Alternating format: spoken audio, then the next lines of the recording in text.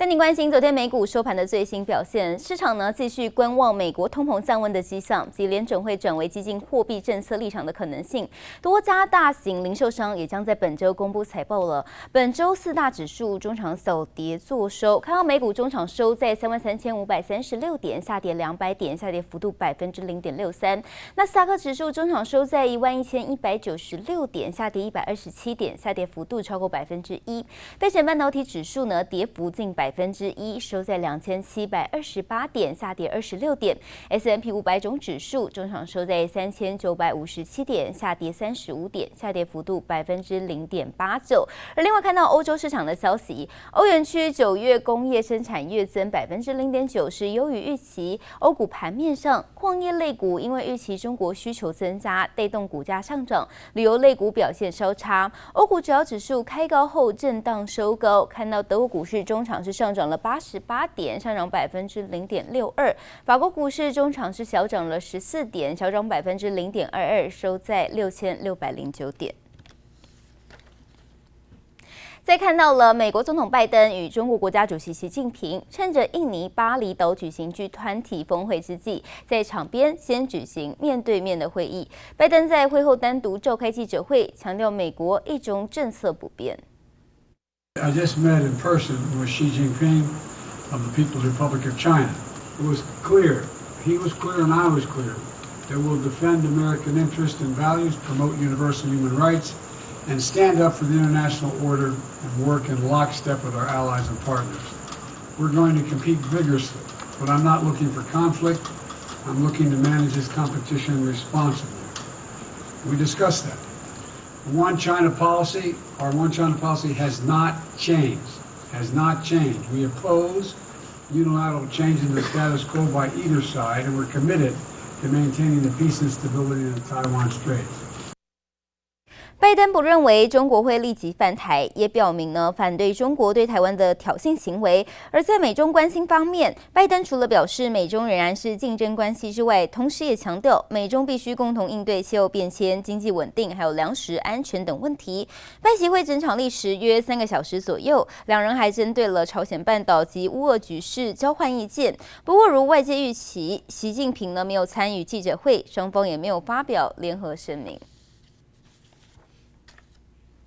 另外看到了知名加密货币交易所 FTX 日前呢申请破产，引发币圈大动荡。外媒报道指出 ，FTX 用户取回存款机会渺茫，统计光是矽谷还有华尔街等几10家投资机构就损失20亿美元以上。而 FTX 爆雷所引发的连锁反应，也导致比特币14号是一度跌破了16000美元。小摩预估比特币价格不排除再跌25%，显示这场币圈的风暴恐怕不会这么快就落幕。支付业者呢 ，Visa 也宣布终止上个月才和 FTX 签署的全球协议。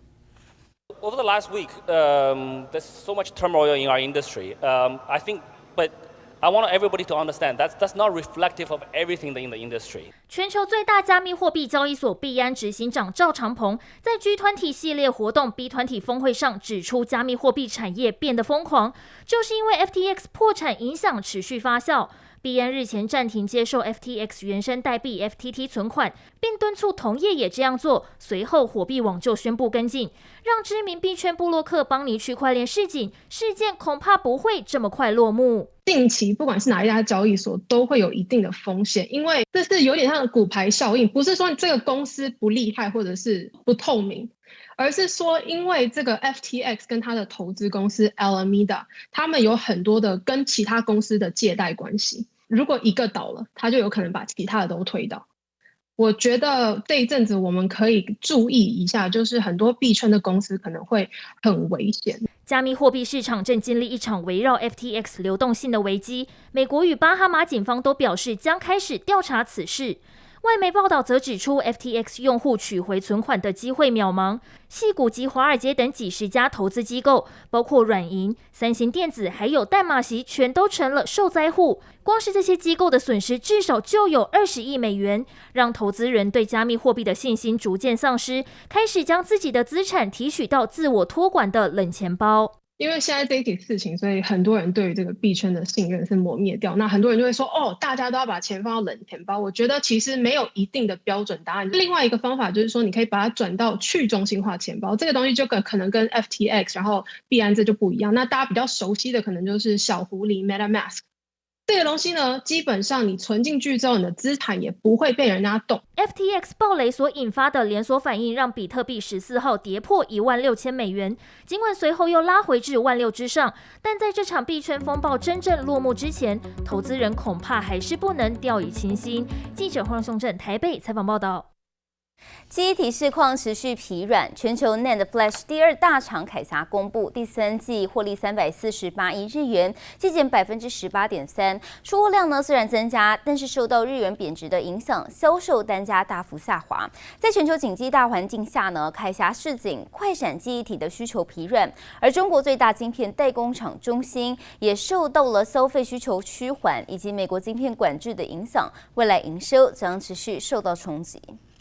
不管是 AI 机器人或戴上 VR 眼镜在虚拟世界中畅玩，都需要储存空间来记录。日本快闪记忆体大厂凯霞第三季合并净利348亿日元，季减将近20%，同时也看淡 NAND Flash 需求。10月底才新建的2座工厂也因应需求下降，不得不暂時減產。最近ちょっと需要が落ちてきて3割ほど減産することになってるんですけども、アウトプット足りないということで、岩手県の北上市にですね、2つ目の工場を作りました。K2 って呼んでますけれども、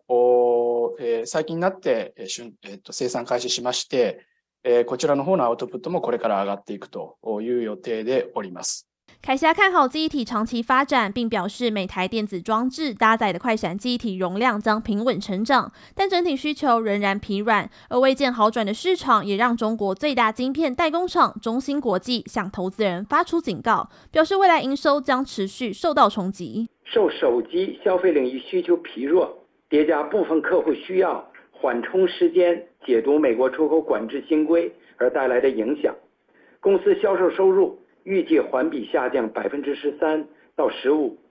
毛利率在30%到32%之间。为了拯救业绩，中芯扩建产能，并研发新的技术来符合美国新规。企业也持续努力，希望早日脱离景气寒冬。记者王晴华、陈玉志综合报道。台股昨天延续上周五的涨势，在电金、传产合力拉抬之下，中场上涨167点，收在14174点，成交量740亿元。而汇市方面呢，台币对美元强升2.94角，收在31.116元，成交金额高达了27.3亿美元。外资周一持续大买台股，买超金额高达377亿元，是台股史上的第7高。投信小买2亿元，自营商卖超50亿元，合计3大法人买超329亿元。从7月份以来，陆陆续续的一些措施，还是会继续留在市场上。以时间来讲，目前还不到这个时间了。台股大盘指数14号站稳14000大关，外界好奇稳定股市的政策是否继续实施。金管会主委黄天木表示，禁空令不会这么快结束。至于国安基金何时退场，财政部长苏建荣表示，到明年初都还会在场上。这些不确定因素还在的情况下，虽然短暂的股市目前是回到14000多点，要不要决定要不要退场？基本上可能等到我们的忌讳的时候，财经部会首长紧盯股市，宣示持续护盘。而国泰投信董事长张喜表示，未来只要美元不再续强，台股后市渴望往好的方向发展，资金活水进驻台股。外资继上周五买超488亿元，创下历史第3高纪录。周一持续大买台股，买超金额高达377.81亿元，位居台股史上第7高。投信小买2.37亿元，自营商则卖超50.5亿元，合计3大法人买超329.68亿元。投资人纷纷关注，现在是进场时机吗？国泰金总经理李长庚提醒，还得多方观察。美国会在公布 CPI 的相关的数字，那这个东西基本上会影响费的决策，那也会影响资本市场。如果你今天金融市场只看单一个指标，其实是比较危险的。多方去研究、去观察，那不要只单看一个因素。去看金融市场的变化。李长庚表示，市场不只有通膨因素，各行各业的景气也都牵连金融市场，提醒投资人需要小心谨慎。记者刘志柔、方少成台北参谋岛。上市柜第3季财报出炉，税后纯益达到1.14兆元，季增4.2%，但是低于今年首季还有去年同期的高峰，创下历史的第3高，并且延续连6季单季获利突破兆元，前3季累计获利为3.3兆元，创下历年同期新高。每股获利创新高的家数为史上最多，连6季创新高家数则是破100家，连6季获利突破1兆元等5大纪录。专家表示，消费需求修正将使得企业获利持续的下修，电子库存调整预期将到明年的上半年，产业降价也可能导致明年的资本支出下修。展望后市，受到全球经济衰退的影响，年底液氮需求可能相对的平淡，科技业供应链存货持续调整，企业获利预估要到明年第2季才会恢复成长动能。而另外带您看到的是，上市柜公司前3季财报昨天公布完成，6大季报天王出列，台积电稳居获利王冠冕，大立光是每股纯益 EPS 王，力旺及 M31也再度并列呢毛利率王，台积电还拿下了现金王，金门抢下获利成长王，而长荣航则登上转机王。统一投顾董事长表示，美国 CPI 降温，通膨有望趋缓，台股上演跌升反弹的庆祝行情，行情延续力道关键为汇率还有外资的动向。另外带您关心的是科技业景气冷飕飕的，美国矽谷大吹裁员风，光是脸书就裁员了1万多人，估计今年以来矽谷已经有10万人被迫丢了饭碗。而被视为台湾矽谷的竹科，从过去的2000年网络泡沫、2008年的金融海啸，一向呢是与美国息息相关。不过这一回拥有17万从业人口的竹科，目前仅传出零星的无薪假人数，而各家的晶圆代工厂呢，则是热烈举办家庭日，丰厚的奖金奖品等着员工要带回家，可谓是2个矽谷2样情。要来揭晓百货礼券及奖券1万元5名的幸运得主。台中这家乐园好不热闹，华邦店的家庭日带来满满人潮和上百个大奖，数千位员工幸福感十足，丝毫没有感受到科技业的不景气。我们今年非常的开心这个疫情趋缓那又适逢我们35周年，所以我们在这里办这个大型的活动。那今天这个员工加上家属呢，我们估计应该有将近8000人来参加。华邦店董事长焦佑军轻松的心情写在脸上，而因为疫情停办了3年的家庭日再次重启。另外，台积电的家庭日也在近日与北中南3地热烈展开，男女老少都开心。今年呢，因为还在疫情的最后阶段，所以我们今年还是过了一个非常好的年我们上半年一直到第3季呢，情况都相当的不错。前3季还大赚了123亿的华邦店是有了过冬的资粮，眼前的难关看起来不会比之前更难挨。而同为记忆体晶圆厂的旺宏也是这样看，现在是做研发最好的机会，所以如果说工厂空一点的话呢，为什么不去多做一点研发，让自己能够更超越我们的竞争者，才是正途嘛。这回科技业冰风暴来袭，美国矽谷已有10万人丢了饭碗，包括脸书砍了1.1万人，推特裁掉3700人，但在台湾矽谷拥有17万从业人口的竹科，目前无薪假通报仅37人，2个矽谷2样情。有点空间，我赶快请员工休假，我少付一点钱，因为人工占于我们半导体来讲是非常小的一部分所以我个人认为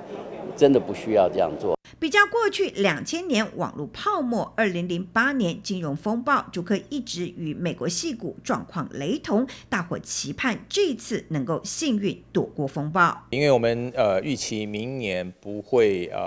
市场不会非常的热络所以我们明年会暂缓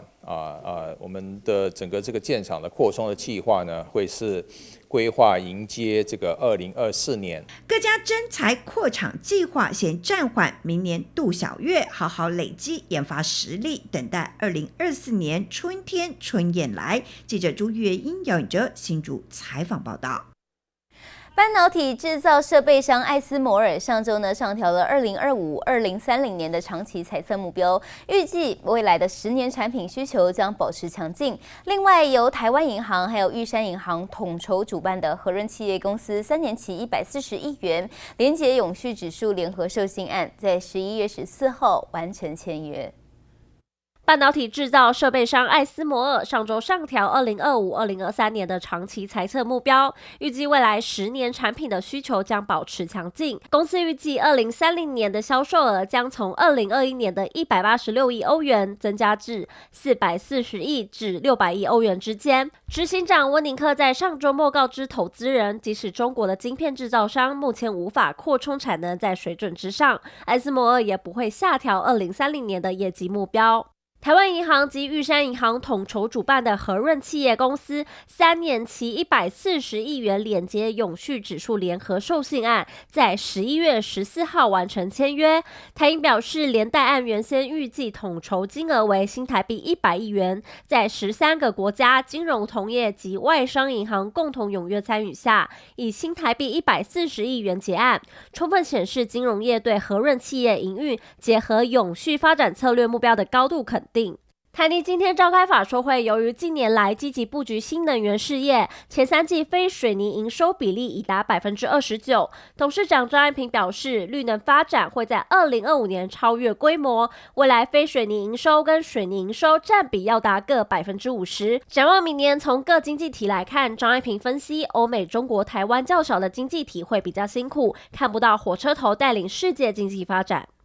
PCB 厂耀华公布最新财报，第3季税后纯益 6.17 亿元，每股纯益 0.99 元，为6季以来新高。耀华在美系高阶笔电、软硬结合板产品、汽车高频板以及低轨卫星3大动能出货推动下，第3季营收收获亮眼。第4季因季节性因素影响营收，不过2023年整体展望还是乐观。记者综合报道。